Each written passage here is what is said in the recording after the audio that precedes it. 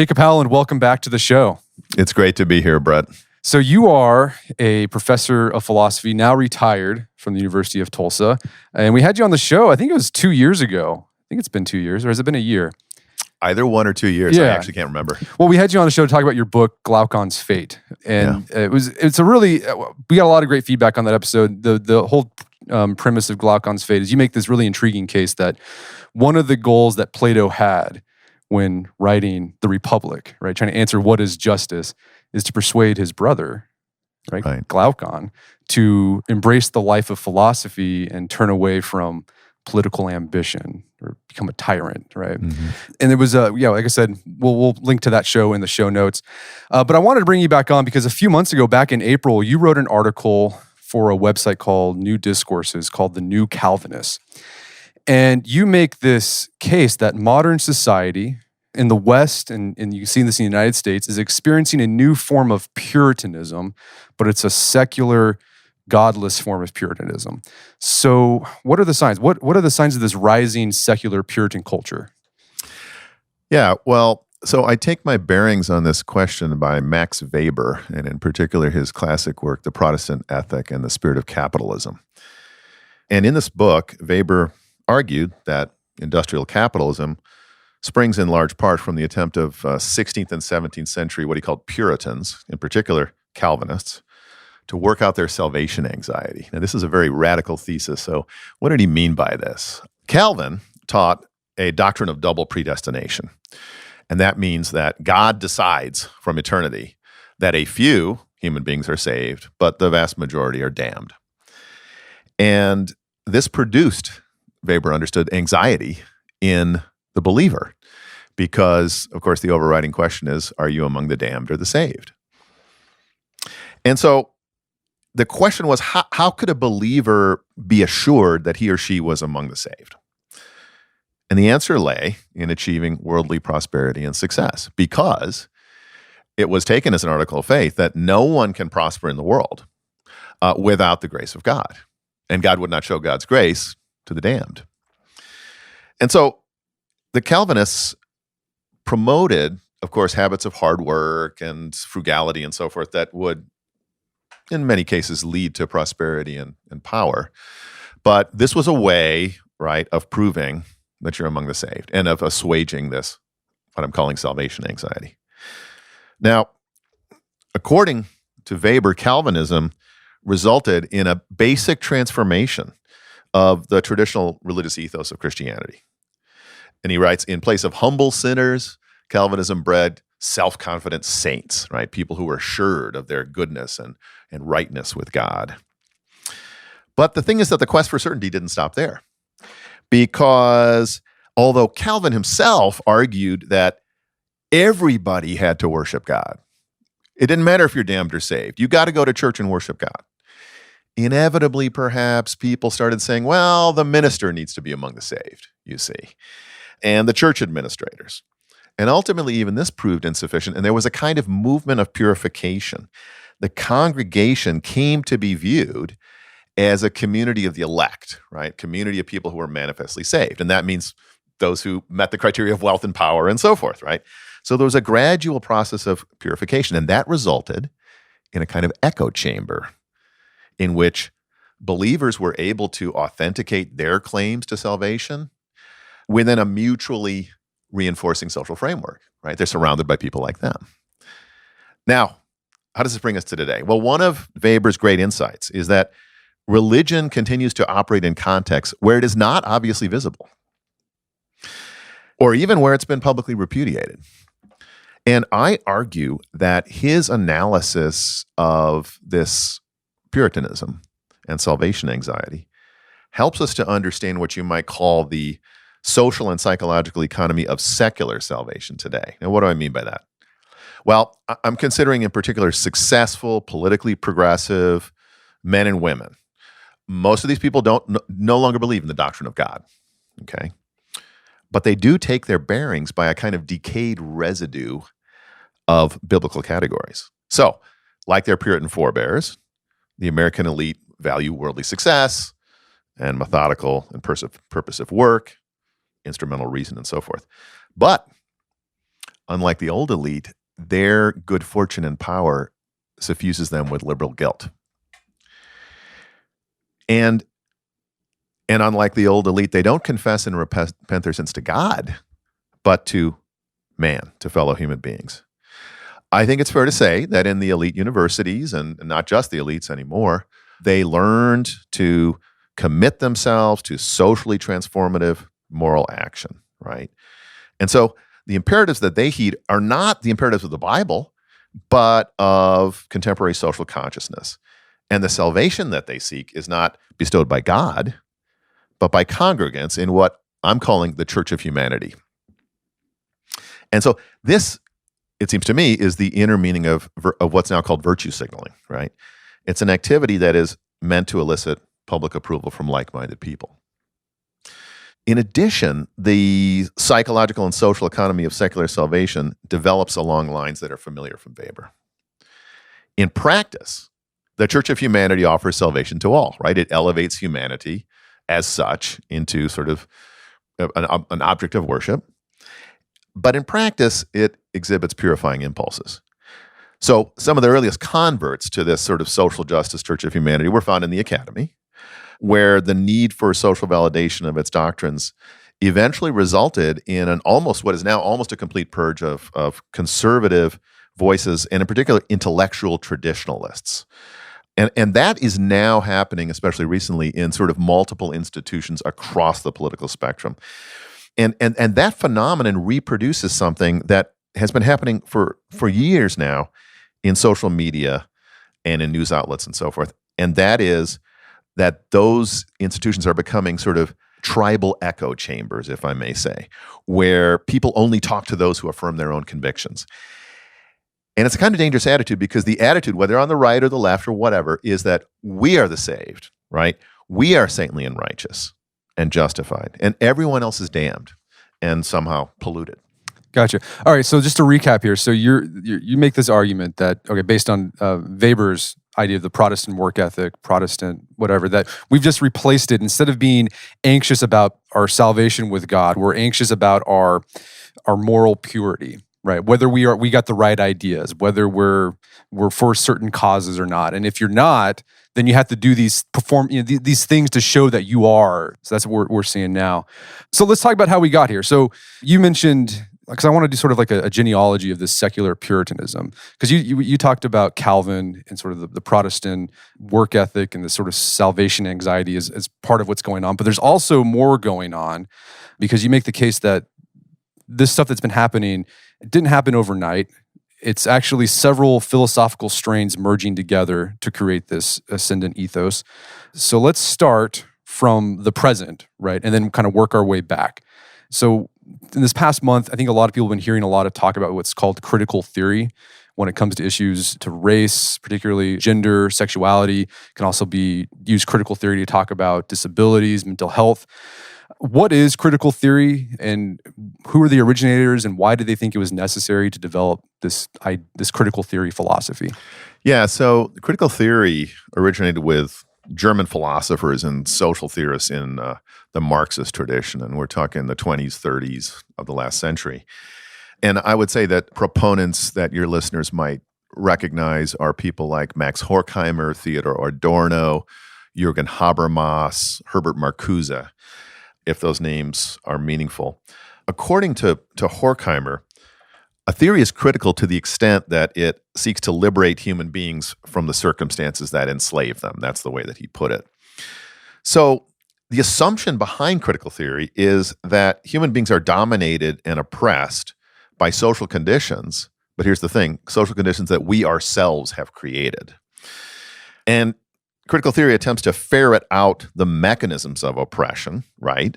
So to identify them with a very practical purpose. That is to eliminate them, okay, and therefore enslave us. So it sounds good intentions. Right. Okay. Exactly. And in fact, speaking of good intentions, so for example, the huge and in my view deplorable wealth gap between the wealthiest Americans, we're talking people like Jeff Bezos and, Mark Zuckerberg and these guys, and the poorest Americans might be subjected from the point of critical theory to a Marxist critique. right? That explores the exploitation of labor. But of course, critical theory can be and has been applied to other areas of inequality based on race or sex, sexual orientation, and so forth. Now, one way to look at this, since you mentioned Plato earlier, is to sort of think about it in terms of the image of the cave in Plato's Republic. And as your listeners surely know, Socrates in the Republic compares the situation of human beings to prisoners chained up in the bottom of a cave. And what they're looking at, which they take to be reality, are just shadows on a wall cast by hidden puppeteers up behind them. And the light from the fire strikes the puppets and creates the shadows. So the cave image presents a system of deception and manipulation. And the thing is, and this is crucial, the prisoners don't even know that they're enchained. They don't know that they're enslaved. And I should say that part of critical theory is trying to show people that, you may think you're free, but actually you're enslaved. Now, the Enlightenment, and I want to talk about the Enlightenment because Horkheimer and Adorno, these two sort of original critical theorists, wrote a book called The Dialectic of Enlightenment. And they criticize the Enlightenment. Well, what's the Enlightenment about? Well, go back to the cave image. We live in darkness. But there is a sunlit upland outside the cave. This is the world of reality, right? And there's the light of the good and so forth. And the idea is to get out of the cave.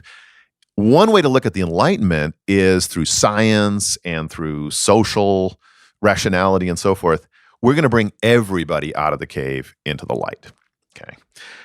And we're going to liberate the prisoners from domination and oppression. Horkheimer and Adorno argue that the Enlightenment actually failed, and in fact, it made things worse. It produced, for example, a very narrowly instrumental conception of reason that resulted in even greater enslavement and exploitation. And by the way, there's a lot to this, okay? I mean, I think it's really important to understand what is good and significant, even in theories whose sort of general application or orientation you might reject for other reasons. Horkheimer and Adorno were both Jewish, Germans, and they thought a lot about the Holocaust. And they said, this is very strange. We have a technically advanced, culturally enlightened, right? One might say rational society that engaged in massive acts of murder and theft and enslavement, right? So there's a lot to that. What I think we want to talk about today, or what's on the minds surely of many people today, is the way that critical theory or social analysis plays a big role in public life. And that has moved far away from the original critical theorists who were part of, I should have said earlier, something called the Frankfurt School. Okay. And I'm thinking especially of identity politics, right? And what's called intersectionality. And intersectionality is the idea that interlocking structures of power, right? So you might be female and black and gay and what have you. And those different characteristics which put you in a minority, an oppressed minority, combine to marginalize and oppress certain social groups while maintaining others in positions of power and privilege. So actually, last year, I came across in the Xerox machine up here at the University of Tulsa a document called Intersecting Axes of Privilege, Domination, and Oppression. And I just want to give listeners an idea of the sorts of categories that are now applied, that have grown sort of out of critical theory to understand oppression in the United States. So according to this chart, there was a whole list of oppressors, right? People who are male and masculine, female and feminine, male, white, European, heterosexual, able-bodied, credentialed, young, attractive, upper and upper middle class, Anglophones, light, pale-skinned, Gentile, non-Jews, and fertile. And there's no question that this list has expanded since then, right? You can find characteristics that differentiate people in ways that someone who wants to find them could say actually produce, oppression. Got it. All right, so just to clarify here, so the original critical theorists back in the 20s and 30s, they were looking at oppression in terms of economics primarily. That was where it came from initially. That's where it came from. Yeah. And then it's morphed over the decades into, we're going to not only look at income inequality, but we're going to look at how power dynamics can be influenced by things like race, gender, whatever. Yeah, exactly. And I mean, even the original critical theorists weren't simply limited to economics because, as I say, they developed a sort of powerful critique of modern rationality. But this definitely has a Marxist origin because Marx was sort of, like the grandfather of critical theory. Right. Well, let's talk about Marx because I think a lot of people here, you see thrown around, well, this is Marxist. And I don't think a lot of people, sometimes I'm like, what does that actually mean? What is something to be Marxist or like neo-Marxist? Like, what does that mean? So let's talk about what was Marx's idea and how did he influence critical theory? And I think we also have to talk about probably Hegel too. Well, we have to talk about a lot of philosophers. Yeah, so we're going backwards. So we talked about the originaries of critical theory. We're seeing this, what it's turned into now, where you look at different parts of your person's identity that can give you privilege or make you oppressed. And then Marx, let's go to Marx. What was Marx's idea and how did that influence what we're seeing today? Yeah, well, I mean, I'd like to put Marx sort of in a larger context, if that's okay. Yeah, let's do that. But since you mentioned Marx, let me start with him and maybe work backward. Marx wrote in the Communist Manifesto that communism is the solution to the riddle of history and knows itself to be such. Okay, and one thing I want to point out here is that history is conceived by Marx, and again, this is a trait that we find in critical theory and identity politics and intersectionality and so forth today. It's conceived to be a riddle or a problem with a solution.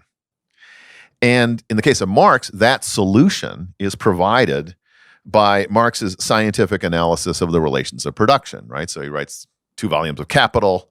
Actually, I guess there's a 3rd volume that's incomplete. He's got all this economic analysis. And I want to point out that business about conceiving of history and in general of human social existence as a problem that has a scientific solution. Okay, I'll come back to that later. But another point about Marx is that he wrote in a little piece of writing called Thesis on Feuerbach that philosophers have only interpreted the world. The point is to change it. And this is a very important modern idea. And again, the emphasis is on transformative action. Okay. Now, I mean, we can talk about Marx a little bit more, but if you like, I can go back and sort of try to situate him in a larger philosophical Yeah, let's do that. Because I mean, it sounds interesting because like Marx seems like he's a product of the Enlightenment using scientific reasoning. Right, exactly. So, with respect to the Enlightenment, I mean, people like Horkheimer and Adorno were very critical of the Enlightenment, but those early critical theorists themselves took a characteristically modern orientation toward philosophy and in many respects exemplified sort of Enlightenment principles and understandings. And I can talk about a couple people who this is, let me just say, sort of in self-defense, this is not meant to be, what I'm going to say is not meant to be a kind of complete genealogy of critical theory. I want to point to a couple of thinkers who I think had decisive influence and who kind of exemplify what you might call the ethos of critical theory and the kinds of things that we're seeing today. The first thinker is Descartes. Now, why do I start with Descartes? Well, Descartes, first of all, was first and foremost a mathematician. We owe analytical geometry to him, right? So you can create algebraic equations to map curves and solve all kinds of problems and so forth. Descartes wrote a book called The Discourse on Method. And in this book, famously, in part 6 of this book, he argues that if we base all of our knowledge on mathematical science, we can become, quote, the masters and possessors of nature. And this is a definitively modern aspiration, right? I should say, basing it on mathematical science in order to come up with applied sciences, what we today call technology. A definitively modern aspiration. It really represents a fundamental sea change, if you will, in the orientation and the intellectual and spiritual attitude toward the world. What was it before? Okay. How would you describe that? Well, I'll start with modernity. Modernity wants to remake the world because it's dissatisfied with the world as it stands. So it seeks knowledge that's going to be useful, as in the case of Descartes in reshaping things materially and constructing new forms of society. In general, and of course there are going to be exceptions, but in general, pre-modern thinkers in the philosophical and religious traditions recognize the basic order and goodness of the given or created world. And I'm using the words given or created because I want to get the Greeks in here as well as the biblical tradition, right? They sought to know the natural or created order and to bring the soul into conformity with it. So this was an opening of the soul to a reality that transcends it, right? To a pre-existing divine reality, right? And I think the word divine, I mean, Plato kind of reinterprets Greek gods, and the highest divine principle is the good, right? This is sort of what he compares to the sun. Or like the Stoics, you want to live your life in accordance to nature. Exactly, right. Exactly. Modernity reverses this. It changes our very experience of the world. So I'll give you one example. A medieval Christian might look up at the night sky, right? And that individual might see an animated cosmos of bright heavenly bodies embedded in spheres of increasing size, right? So each planet has its own sphere and the stars have the spheres and so forth, of increasing nearness to God.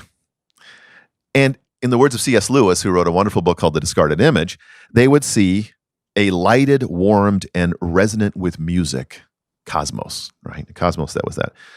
Moderns look up and they see cold, empty space. Not a cosmos, but space, right? Pascal describes the universe as a sphere of infinite size whose center is everywhere, right? The infinite empty sphere whose infinite silence so described Pascal. So for Descartes, right, it's a very abstract notion is what I'm trying to get at compared to the kind of concrete richness of a pre-modern conception of the world. For Descartes, matter, the very stuff of the world, is drained of concrete richness. Why? Because he sees it simply as what he calls extension. Now, what is extension? It's a purely mathematical abstract concept. It can be measured, right? It can be reformed, and it can be imprinted by human beings at will. So the world is not something we attune ourselves to. What happens from the Cartesian point of view? And this is really decisive for all of modernity. To be masters and possessors of nature is to reshape the world in accordance with human needs and desires. And it's these needs and desires that produce what Descartes calls problems. Descartes is the guy who told us to begin with, break every problem into its parts, right? You're looking for solutions. So, for example, for Descartes, man suffers from mortality. And in the Discourse on Method, in the section where he says we can become masters and possessors of nature, he says mathematical science in the medical field may in fact help us one day to overcome the infirmities of old age. That means to make us immortal. Right, so this is Promethean. Yep, yeah. It is absolutely Promethean. And I might mention in this connection, we were talking earlier and you said you had just read in your reading group Descartes' Meditations. It has 6 parts. The Discourse on Method has 6 parts. Descartes scholars understand this to be a deliberate imitation of the 6 days of God's creation. To be masters and possessors of nature is to recreate the universe, right?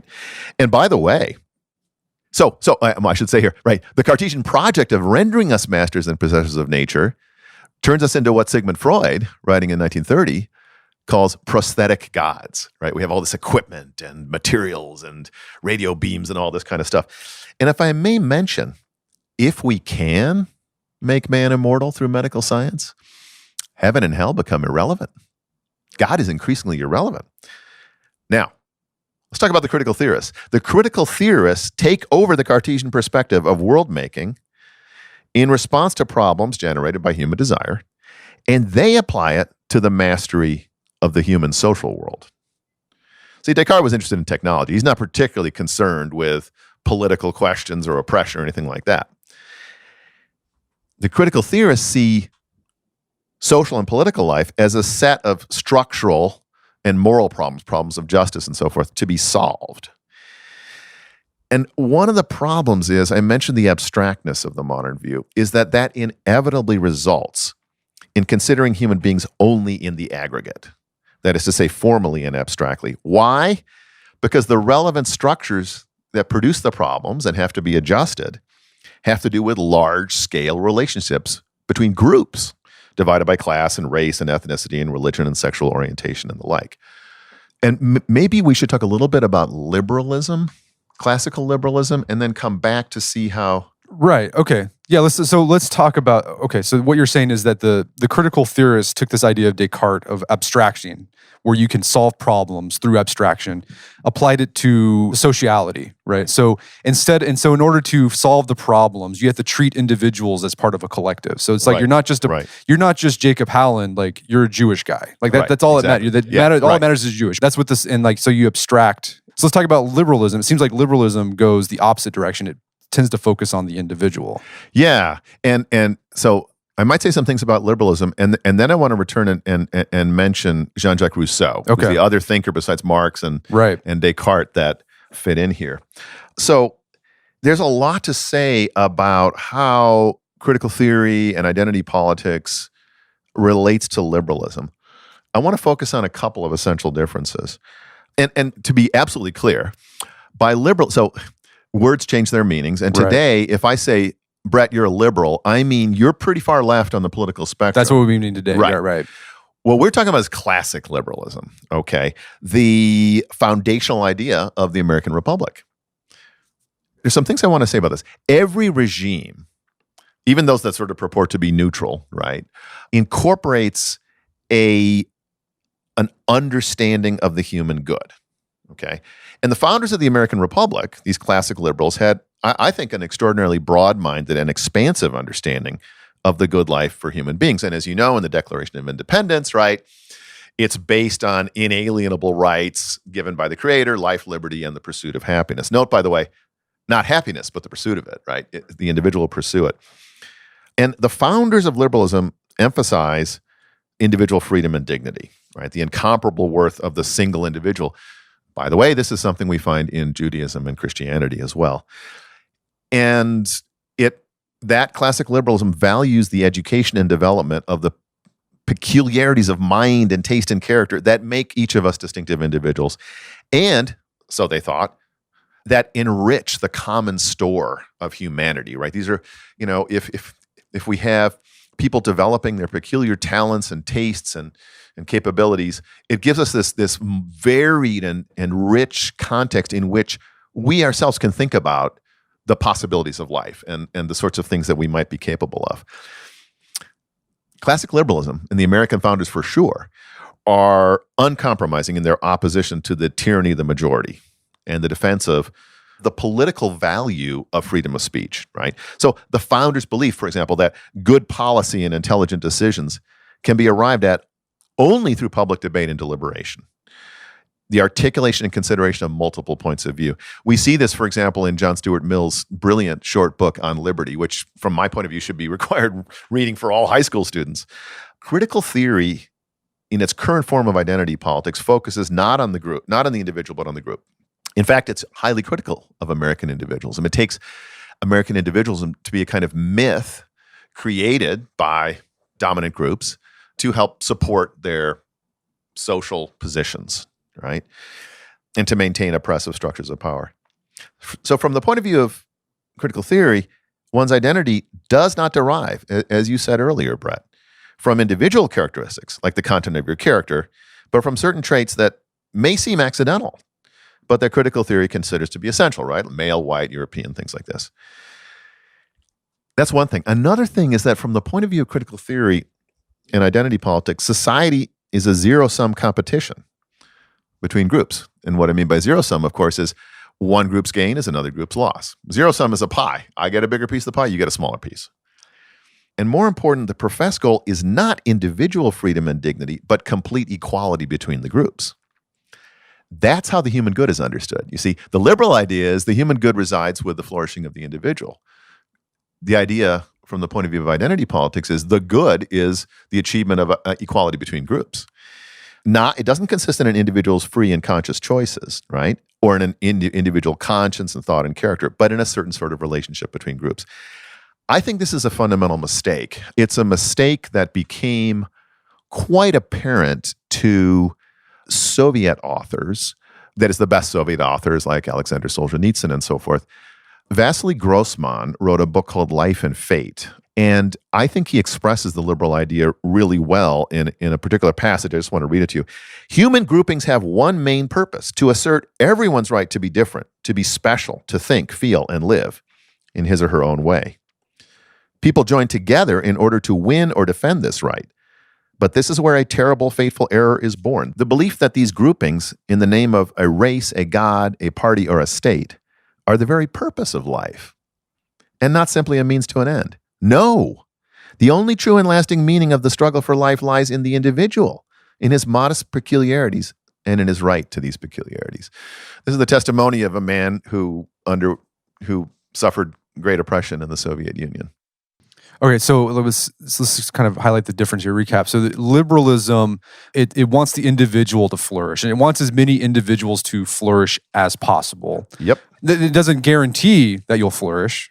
You have the right to pursue happiness, but not necessarily mean you get it. But the idea is that if you have as many people pursuing their happiness, we'll get all this great stuff and sort of this more interaction going on, and stuff will pop out, right? Yeah. But then in critical theory, the idea is like, no, it's not the individual matters. We want to make sure that groups, as such, they're all just equal. Mm-hmm. Exactly. And it's. Let me comment here. And that's tough because it sounds like a great thing. It's like, oh, who doesn't want equality? Right. But like, why? What happens when you? Right. So, and I think we have to distinguish here between equality of opportunity, which is absolutely essential. I believe that's what the founders meant when they said, all men are created equal, right? And obviously today, men and women. But equality of outcome is a different thing. And so we're now seeing, for example, certain calls of, we need 50% of the employees to be in a certain oppressed category and so on and so forth. But let me also say something about the liberal idea here. I just watched Hamilton. I don't know if you've seen it, the musical. Not. It's terrific. It's really terrific. And one of the things I like about it very much is it sort of presents the mystery of Alexander Hamilton for us. Here's a guy just came from very disadvantaged circumstances and so forth. And he became this sort of brilliant genius. And what's crucial is that he was educated, largely self-educated. His mother had like 35 books or something. They were good books, Plutarch's Lives and things like this, and he read them. I think the idea of the founders was that if you develop individual potentialities, right? If you educate minds, if you develop characters, if you give them powerful models, good books from the tradition, so they can see the range of human possibilities, you will get good leaders, right? Leaders who are capable of adjusting themselves to sort of ever-changing circumstances and making wise and prudent and good decisions, right? So, for Plato, everything comes down to education. And I think that's extremely important. Okay, so let's continue this genealogy. So let's talk about next. You mentioned Rousseau. Yeah. So maybe I can just point out that understanding human beings in terms of these large groups, right, based on certain kinds of characteristics that are deemed to be essential, which may or may not be viewed as essential by the individuals within that group. It's not a particularly liberal viewpoint. In the first place, of course, it doesn't take account of the individual, but only of the group. It abstracts from the individual and from the quality of individual. It tends to replace qualitative considerations with quantitative ones, or like averages, aggregates, least common denominators, and so forth. But the second thing I want to mention, this goes back to Descartes as well, is that liberalism doesn't see politics as problems to be solved by some sort of social science or by an analysis that asserts itself with great and perhaps unmerited conviction, right, as unimpeachable knowledge, but as a kind of art, as I suggested earlier, of dealing with a constantly changing reality. And again, to recapitulate, that relies on the existence of educated individuals who are capable, through debate and discussion, of collectively setting a course for the society, right, by exercising well-educated judgments. The founders understood that there are no permanent solutions to political problems. An analogy that has sort of come home to me living in Oklahoma, as you know, Brett, we have something called dry rot in this state. It's not like you can paint your house and your windowsills and all the wood surfaces that are exposed to the harsh conditions of the Oklahoma weather and say, it's painted. Yeah, problem solved. No. Can't do it. I'm actually have this issue. There's this this window frame, and it's just falling apart. And I painted it 2 years ago. Yeah, exactly. Yeah. And so you have to go back and deal with the rotted wood and cut it out and fix stuff, right? Let's go to Rousseau. Another milestone on the road to critical theory is provided by Rousseau. Now, prior to Rousseau, pretty much the entire philosophical and religious tradition believed that man was a depraved animal. Okay, Plato had no doubt about it. The theme that human beings are sick, there's something wrong with us, our acquisitiveness, our insatiable desires, and so forth, and obviously the biblical tradition as well. Rousseau argues that we're good by nature. He's got this idea of the noble savage, right? But we're corrupted by society. which is a construction of human beings.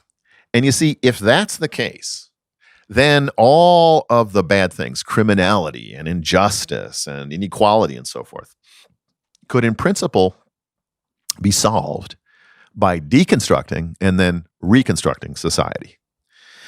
And by the way, Rousseau, this view very much encouraged the French revolutionaries, and it seems to be an article of faith among critical theorists. I say seems to be because I'm sort of giving them the benefit of the doubt that it's not just a question of a continual sort of critique, but something that's going to get us somewhere.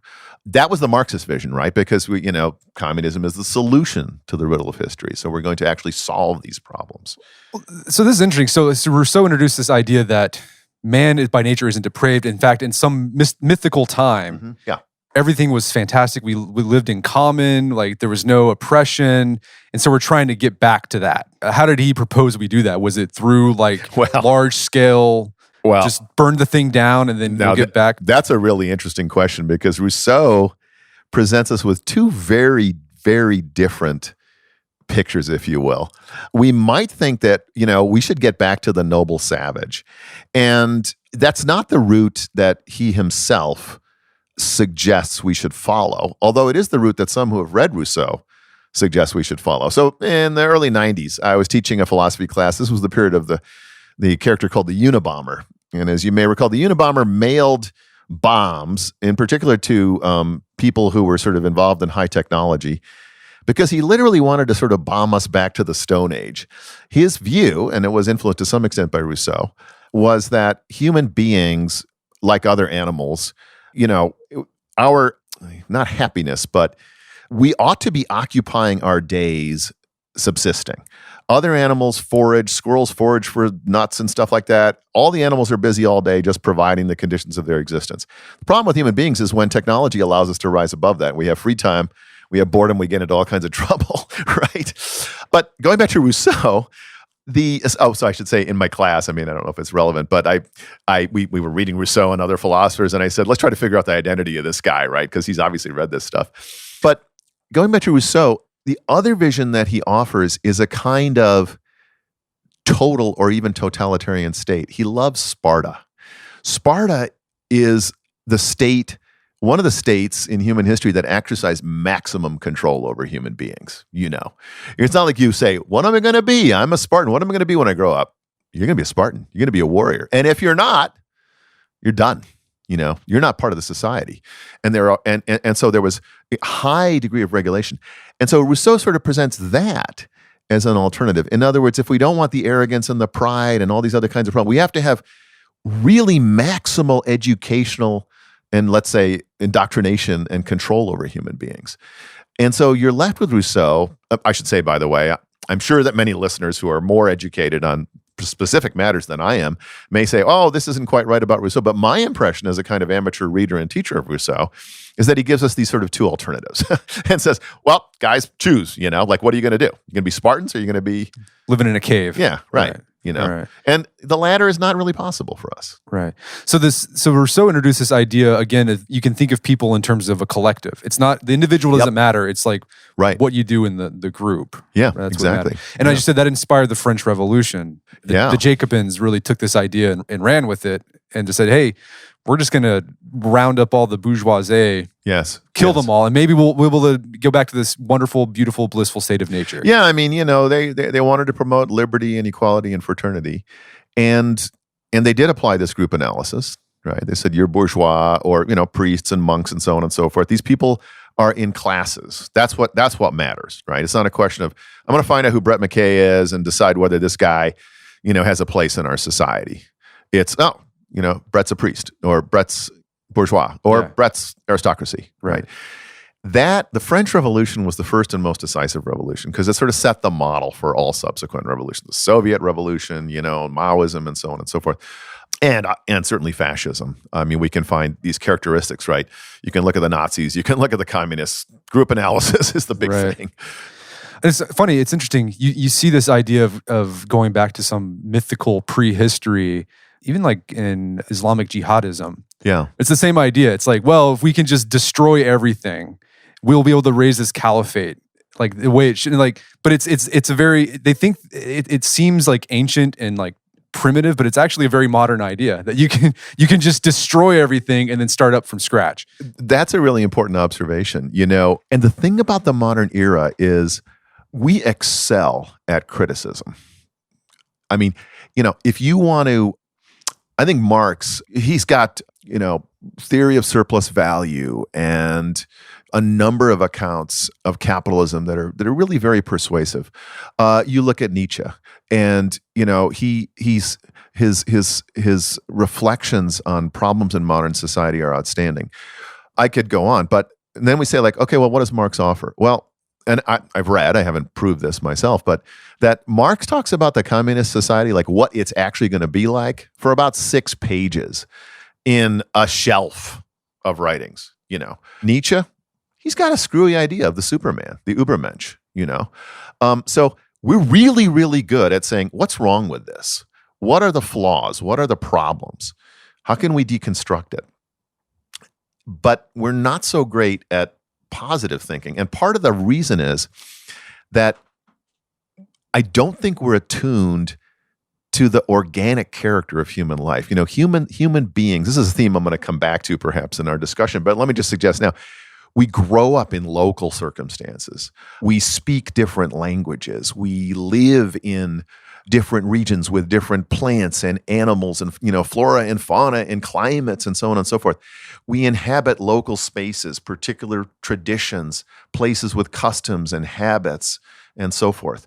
And those things grow organically. They're not planned by some bureaucratic agency or something like this, But that kind of central planning and construction is really a character of the moderns, and it doesn't tend to produce very good results. Yeah, pretty much you look in America, we've had utopian experiments. They've all failed. Yeah.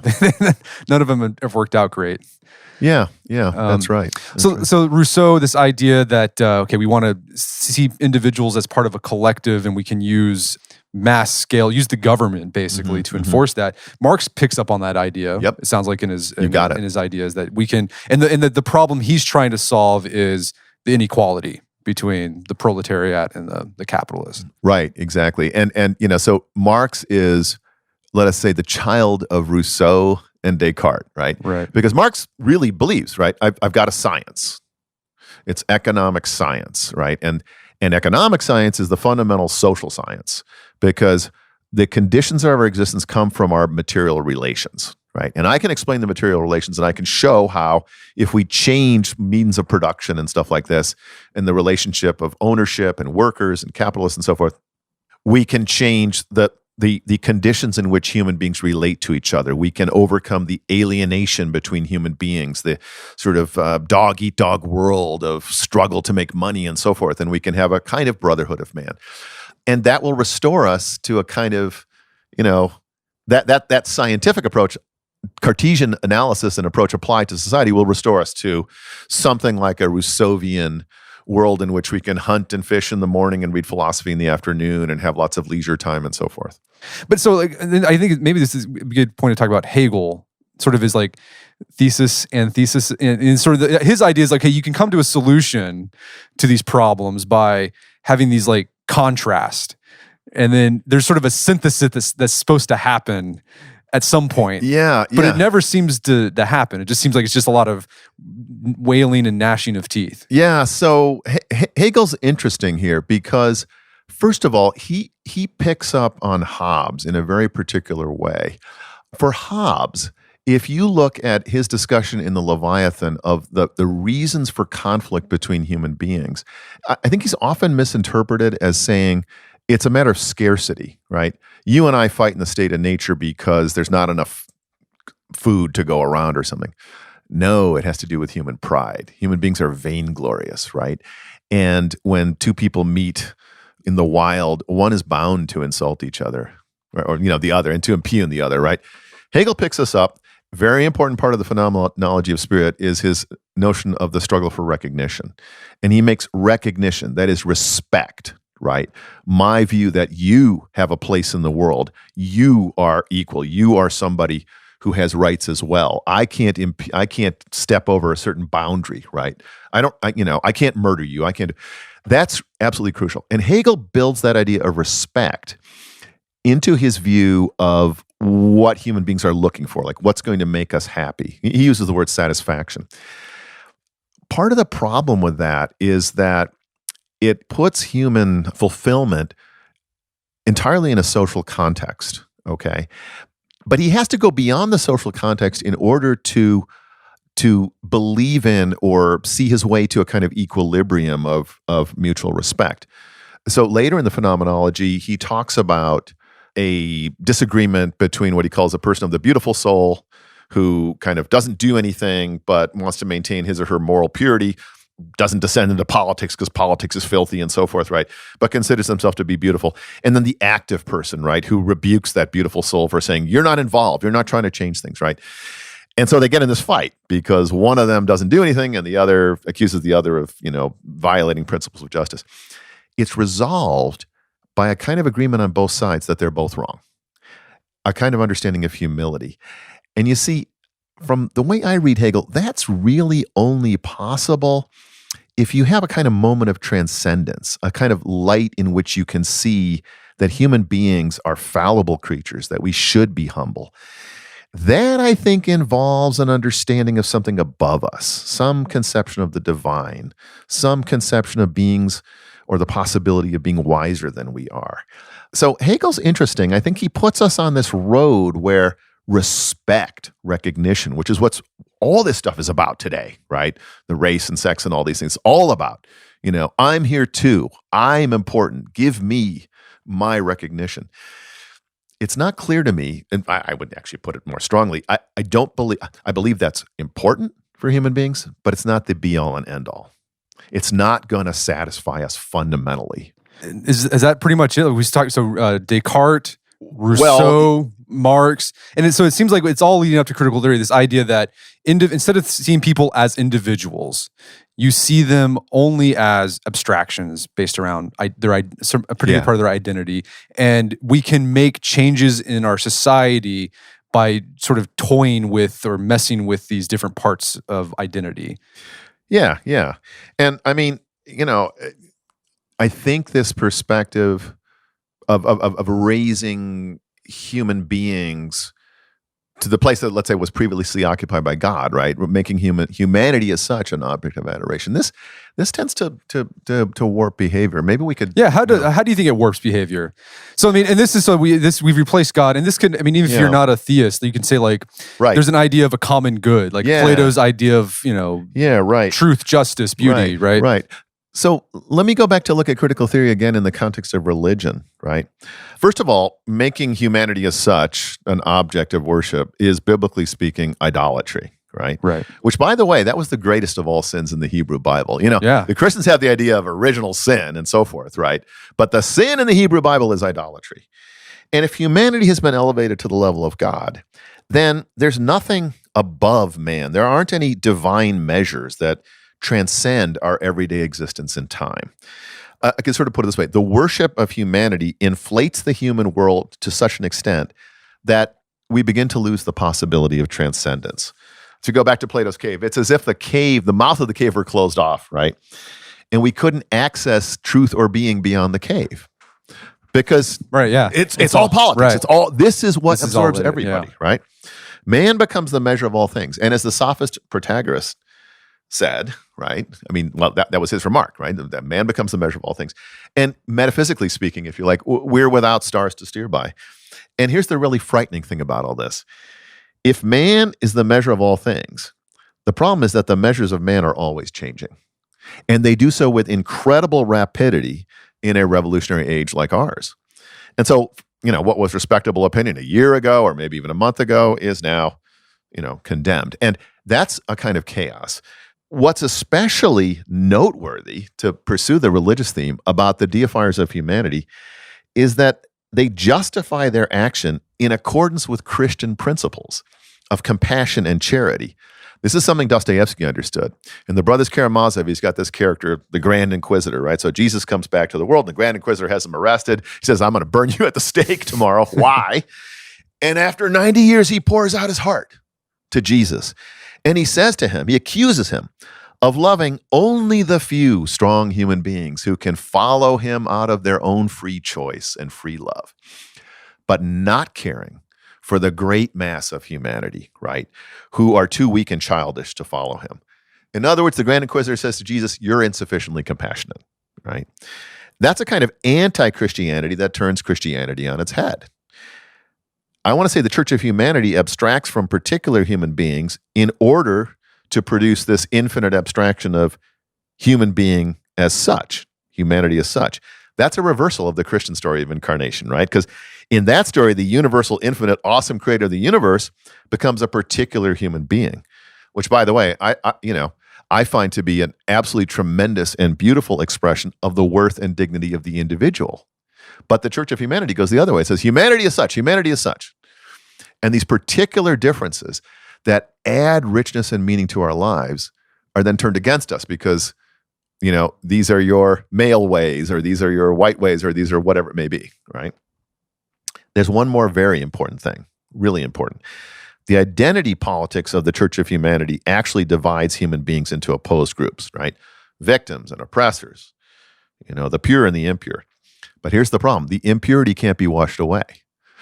Go back to Christianity, Catholicism. Confess your sins. You get absolution, right? But the impurity in this case is, so to speak, ontological. It's inherent in who you are. Say you're white, you're male. You can't do anything about these things. So here we are. We've kind of done this genealogy of this secular Puritanism. So I guess like the orthodoxy is influenced by critical theory, right? You look at humanity as abstractions, and your goal is to make everyone feel equal, but you do that by ignoring the individual. You just look at sort of these identity groups, and it sounds like it's just like it's almost like it's like just pure power, right? It's like it's just will to power. Who can dominate the conversation? Right. And then that's why, we're just going to completely eliminate your point of view because you are an oppressor. And it seems like liberalism, one of the I guess the benefits of a liberal view, and by liberal we talk about classical, right, about classical liberal, is that it sets in place a process where you can figure out these problems without resorting to just pure power plays. Yeah. I mean, that's the idea, right? Yeah, theory. Right. And look, I don't deny that politics and, much of society has a heck of a lot to do with power. I mean, there's no question.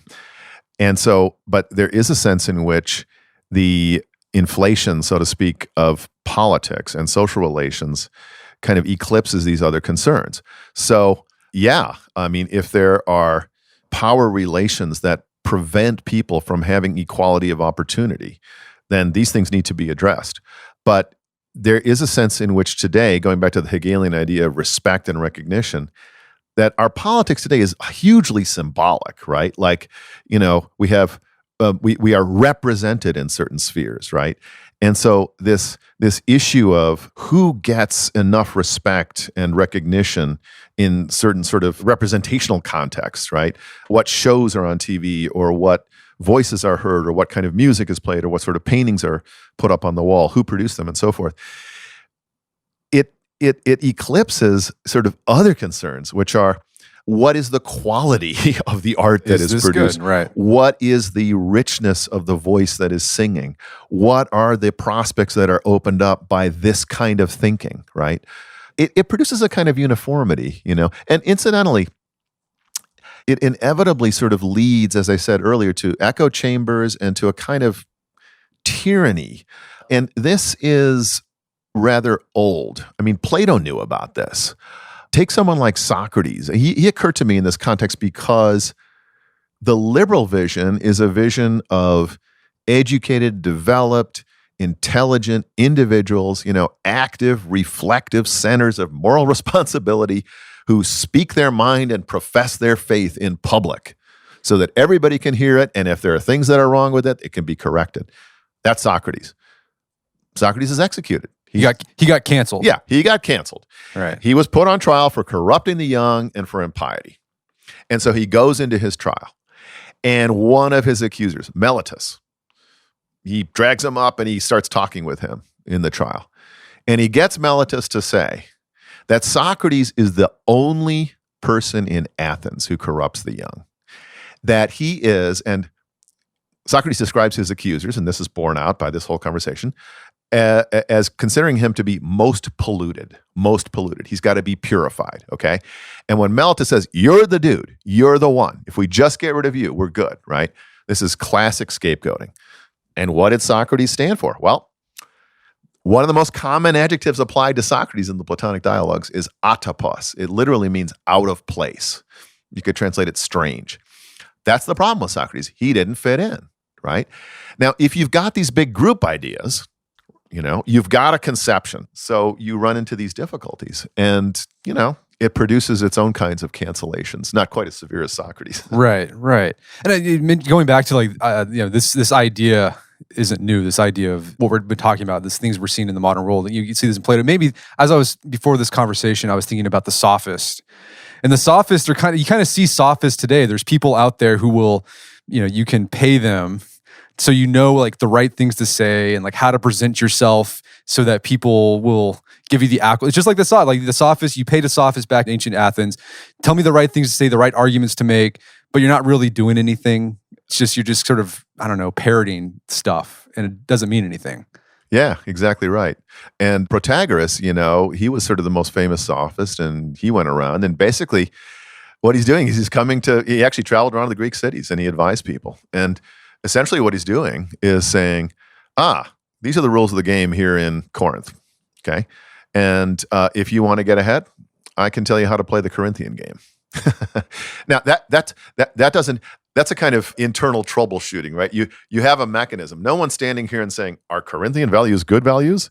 Should we all be Corinthians? Is there a better way? No, it's like, you want to be a Corinthian? Here's what you do. Here's how you present yourself, right? And that's a kind of neutral attitude that, again, doesn't open up a possibility for gauging yourself by sort of transcendence, right? By looking at things in the light of the good or of the divine light of God or whatever it is that is not simply time-bound, finite, passing, but eternal, right, and perhaps universal and infinite in some way that's beyond us. So you can encourage a moral relativism. It's like whatever's in Corinth, I'm going to do that, or like whatever is in vogue. Like going back to the idea, whenever you get rid of the idea of God or like a larger transcendent good, and you're just looking at humanity to get your moral bearings, one of the dangers of that is just moral relativism. It's like, well, in this situation, this is good, but in this situation, it's bad. Yeah, I think that's right. And, I would sort of go on here. Man does not live by earthly bread alone. And we need, intellectual and spiritual nourishment. And I actually think, Brett, that a lot of the dissatisfaction today in our this includes affluent Americans, who have lots of, so to speak, earthly bread. What do I mean by earthly bread? Food, clothing, shelter, plus entertainment, physical amusements, and so forth. Bodily stuff, right? But why are they dissatisfied? Because they're not getting that intellectual and spiritual nourishment, which I think one primary vehicle is, the tradition. And how is the tradition handed down? It's handed down in particular communities of teaching and learning, faith congregations, meaningful connections between human beings, reading groups like the ones that you're in. And the other thing about we're not living by earthly bread alone is that we long for something to devote ourselves to, something to give our lives a kind of higher purpose. Now, today that position is occupied for many people by the Church of Humanity, right? And so you can see people who maybe in fact had a religious upbringing, but now that's kind of been transferred over to moral imperatives, right, of equality and stuff like this. And so this is another way in which, going back to Max Weber, religion continues to imprint us and to guide us even in our highly secular society, right? There is a kind of religious devotion to certain kinds of moral principles. And there's another sense in which they're articles of faith because people will put them today beyond debate or discussion, right? So if somebody asks you or calls into question certain kinds of fundamental principles, the response might be, that's not a legitimate discussion. We're not going to have that discussion. These are off limits, right? And even maybe your speech, your questioning is itself a kind of violence. And it makes me feel unsafe and so forth. You see what I'm getting at? So, but the problem is that that's not the real spiritual and intellectual nourishment. I think these are kinds of ersatz substitutes, and we're bound to be disappointed. We are not the highest thing in the universe. And if we worship ourselves as stuff, we're just bound to be disappointed. No, I think that's a good point. Like, I think it's good. I think a lot of people, they want to feel like they're a part of something bigger than themselves. I think that's an innate human drive. But like, I think you're making this case is that we're basically we're substituting humanity for something transcendent. Yeah, and actually, I can make this point with respect to the philosophical tradition as well. Okay, so this was a big part of the appeal of fascism and communism in the 20th century. Marx, in effect, promises heaven on earth in the communist society. Right. This is an observation familiar to many people. He translates into human history, right, a kind of millenarial divine history, right? And we're going to have this on society. We're going to have this Eden. Martin Heidegger was the son of a sexton, and he originally studied theology before he switched to philosophy.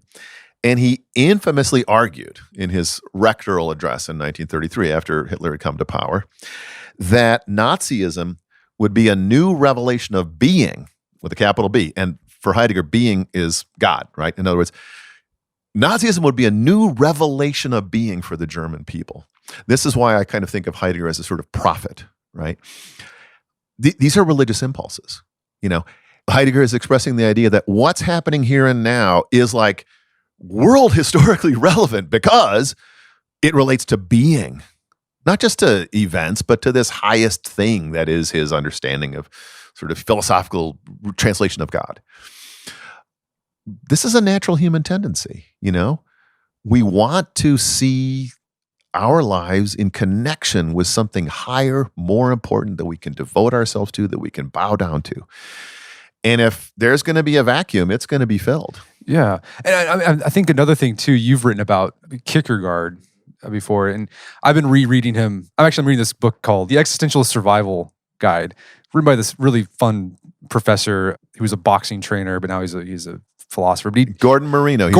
He's a good friend of mine. All right, so I'm talking to him on the podcast next week. Yeah. Terrific. Yeah. Say hi to him for me. I will.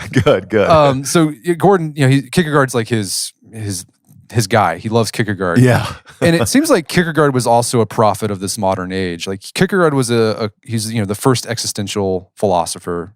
Seen as that. And he came from a Christian perspective. But he thought modern thinking, like he saw how it could lead to corruption. And one of the insights that he had, and you've written about this, is that modern thinking and the democratic ethos can lead to this leveling. Right. And that's sort of the natural, and this leveling for Kierkegaard was like everyone just ends up the same. And that might seem good, like, hey, equality, how can you be against equality? But he says there's some dangers in that leveling process. Yeah, absolutely. I mean, Kierkegaard defended the freedom to judge for oneself and to speak and act for oneself.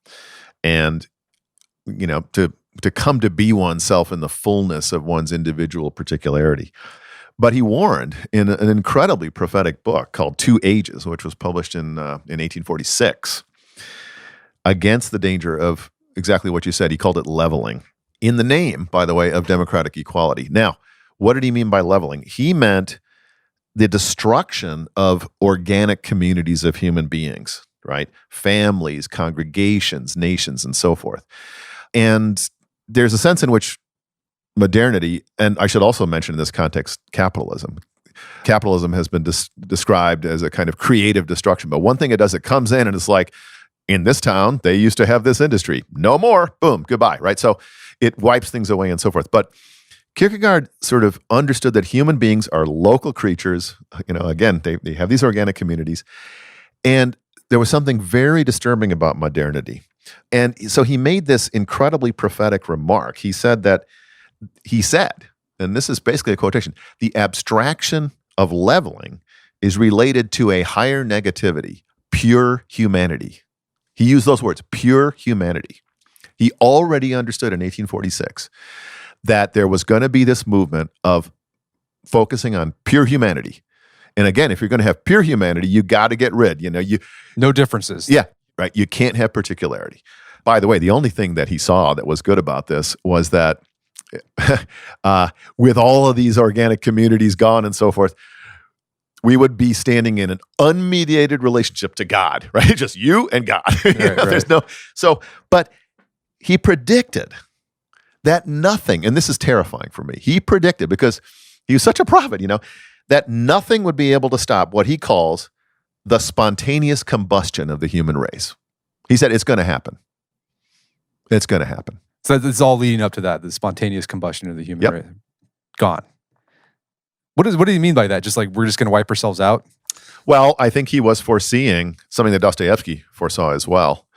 Maybe I should make a little remark here. I've come to understand the claims of the medieval philosopher Al-Farabi and the Jewish philosopher Maimonides that philosophy and prophecy are identical. And what I mean by that is people who I'm going to say this is philosophy, people who really, really understand the human world, understand us anthropologically, metaphysically, and so forth, they can predict things. They can understand what's going to happen. So Dostoevsky, in his book Demons, he actually predicts that this kind of nihilistic, socialistic, revolutionary tendencies would kill 100 million people, which is the total in the Black Book of Communism of the deaths in the 20th century owing to communism. How does he do that? Because he understands the forces of nihilism, these sort of destructive forces. Kierkegaard, I think, understood in some vague way the things that we saw in Nazi Germany, in Maoist China, in the Soviet Union, in Pol Pot's regime of the Khmer Rouge, and in other places where there's just this kind of destructive rage that comes through and clears away all these structures in the name of a higher good, of making the world better. By the way, the Nazis thought this too, right? They're like, we're going to serve all humanity by getting rid of the infection of these Untermenschen, right? These lower species of human beings, Jews, Poles, etc. I mean, that's a good point. I think sometimes when we think about Nazis or communists or Stalin, we think like the way they're portrayed in the media is like they know they're bad guys. Yeah, no. And no, they actually thought they were the good guys, right? Right. Like, they thought they were doing something good. I think going back to C.S. Lewis, he had this quote, it's like, you got to be careful. Like the tyrants you have to be most on guard for, the ones who want to do you good. Yeah. Because they're just going to keep going and going and going until they think they've done you good. Vasily Grossman, whom I quoted earlier, in his book Life and Fate, he's got a letter from a guy in actually it's in a Nazi camp. It's a huge sprawling book and he's got stuff all over. And the guy says that more evil has been done in the name of good with a capital G than has been done by people who simply are pursuing evil.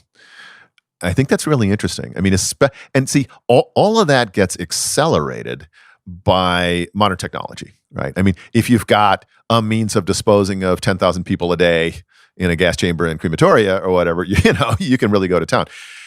But also electronic means, surveillance, internet, and all this kind of stuff, those things kind of amplify the potential for leveling. All this stuff's happening, right? So there's a lot of changes going on in our culture, and I think a lot of people might feel disoriented. And I'm hoping this conversation we've had can kind of give people an idea of how we got here. Mm-hmm. You're a philosopher. How do you think studying philosophy can help people manage or understand and navigate this current age we're living in? Yeah, so navigate is the right word. Being alive today is like being in a flood. The currents come along, they wipe out the landscape, they sweep you up, they spin you around, and you don't know where they're going to deposit you, right? And so I think we need more than ever to have some compass points to orient ourselves. We got to be able, at least like Hamlet, even if we don't know where true north is, as he says, he can reckon north by northwest, right? And those compass points are not to be found in the flood itself. That's not going to happen. For me, that orientation has come from a study, not just of philosophy, but of Western literature and history and science. And, this is the original idea of the university was a place where the best that had been thought and created and said could be passed down from generation to generation, could be preserved and developed and extended and passed down. And, tradition is just absolutely fundamental for giving us a sense of how to find our feet and how to orient ourselves in a rapidly changing world. And, I think that, this is why for me, the study of the classic books, of the great books, needs to be maintained. I think people, students read a lot of books, but not necessarily the really important ones that are going to endure. If you got a chance to read Dante's Divine Comedy or some recent book by some professor on some subject, and you got to choose between them, I know what the right choice is. Right. Well, Jacob, this has been a great conversation. Is there someplace people can go to learn more about what you're doing? Yeah, actually, probably the easiest thing is to go to jacobhowland.com. And if you go there, you can see some information about me and so forth. But for listeners of this podcast, I would especially recommend you click on the word more, right? You got like, publications, whatever, and then click on more. And there is a button that shows up called links. If you go to that, you can click on articles that I've written that pertain quite directly to the kinds of things we've been talking about on that podcast. So I would begin there. Fantastic. Well, Jacob Howland, thanks for your time. It's been a pleasure. Thanks so much, Brett. Always great to be with you. My guest today was Jacob Howland. He is a now retired professor from the University of Tulsa. You can find out more information about his work at his website, jacobhowland.com. Also check out our show notes at aom.is/Howland, where you can find links to resources where you can delve deeper into this topic.